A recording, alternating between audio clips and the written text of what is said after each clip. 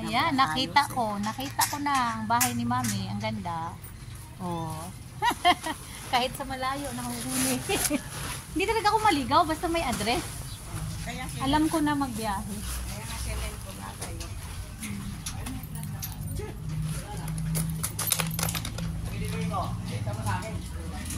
Guys, ito place ni Mami. This is the place of my mother-in-law. Look.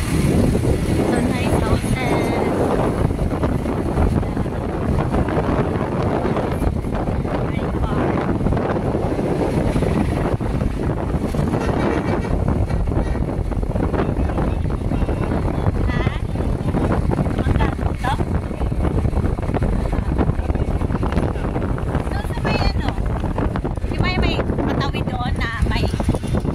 Tumawid ako.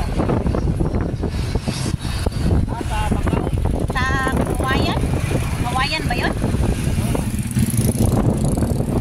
Basta tumawid ako. Doon sa may kanto, sa may highway. Tumawid ako. Tapos may mga jeep doon. Nag-aantay. Manggahan yun?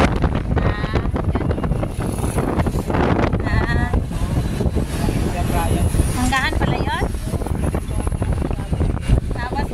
Baba ako sa may bilog kasi may kasabay din ako sa bilog.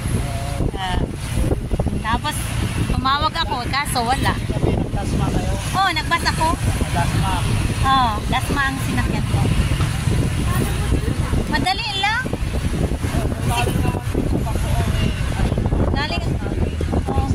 Galing ako sa school eh. Oo nga. Hindi na nga. Diretso na. Sabi ko, madali lang pala to. Ang dito ang mahirap, tapos sa kanya tricycle. Dito kami sa kabila. Kaya pala. Sa Bakaw. Pag dyan ka dumaan. Oo. Kaya pala hindi ako naligaw. Alam mo yung EDSA ng Bakaw? Ha? EDSA.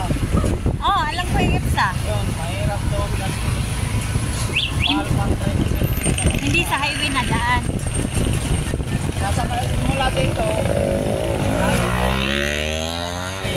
malabas ang bilog, isang tricycle. Tapos naglabas ng dito, papuntang ang Malabon, isang tricycle ulit. Pagdating naman dun sa Malabon, sasakay ka naman ng tricycle papuntang Bakaw. At yung sakay, mahirap. Dito naman, bilog, papuntang Manggahan. Madali. So, parang probinsya, no? Kasi doon sa atin, di pwede. Kahit doon, nahulihin ka man. Okay na dito. Huli ka doon. Pag wala kang helmet, kahit pumunta ka lang sa Alphamart. Wala din sila, oh. Pero siguro yung galing sa bayan, no? Bawal. Hindi, lalabas din yan kasi sila ng papuntang bayan. Kaya sila naka-helmet.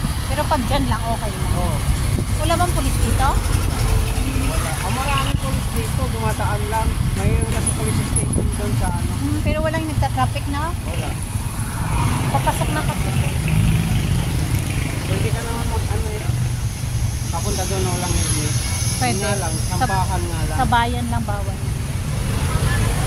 Marami din sa bayan doon na walang helmet. Bawal ka! Doon sa highway, bawal doon. Doon, papuntang Malabon. Makita mo ang Malabon, magandang Malabon eh. Ano ba yung Malabon? Parang sa puntang Marikina? Parang city, hindi. Malabon nagtawagin doon. Akala ko yung Marikina, may Malabon doon. Oo. Ganun niya, inakataka nga ako. Sabi ko Malabon, Marikina yun. Pero pag sumakay ka ng tricycle dyan sa Bilog, Malabon. Parang siyang sa Pote? Hindi, city. Parang city kung sa atin sa probinsya. Ganun. Tapos maraming mga murang gamit. Oo, marami mga titinda doon. Kasi malilito ka nga dito pag sakayan.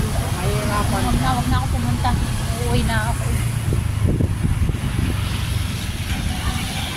Mura kasi ano. Siguro dyan yung bumabagsak yung mga kalakal.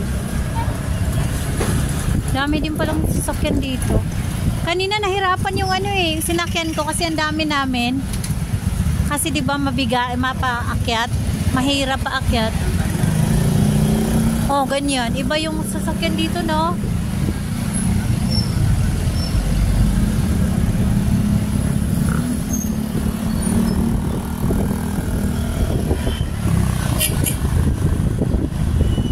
Pag sumakay ka lang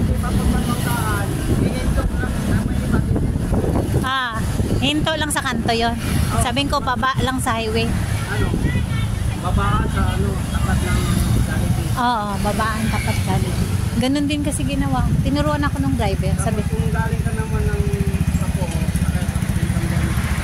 lalakarin yung parang ano. mas maganda dito, no? Kasi ano sariwa yung mga ano. Hindi kagaya doon na parang asikip. Dito parang luwag. Maraming pang school. Ha? Maraming school. Marami. Eh, saan si Lian napasok? Doon sa Kayaki. Sabay sila uwi. Hindi, naunang sa sila. Nauna siya? Alas 8 sa si Ate, alas 20 na ako. Alas 8 sila uwi? Walang gabi na. Pasok na kasi ano alas 9 yata. Ganda pa ng mga tulay, oh. Ganda pa ng mga daan, oh. Parang sa Baguio. Parang siya sa Baguio, yung mga view. Tingnan mo, ang ganda. May mga paganito-ganito po. Talagang siguro bukid ito dati. Tapos inano na lang nila. Inayos nila. Binild. Yan, dito ako sumakay kanina. Diyan ako nag-antay, oh. Sabi ko, wag na lang ako sunduin kasi may mga tricycle naman. Oh, dami dito. Yan. Tapos doon ako sa kabila.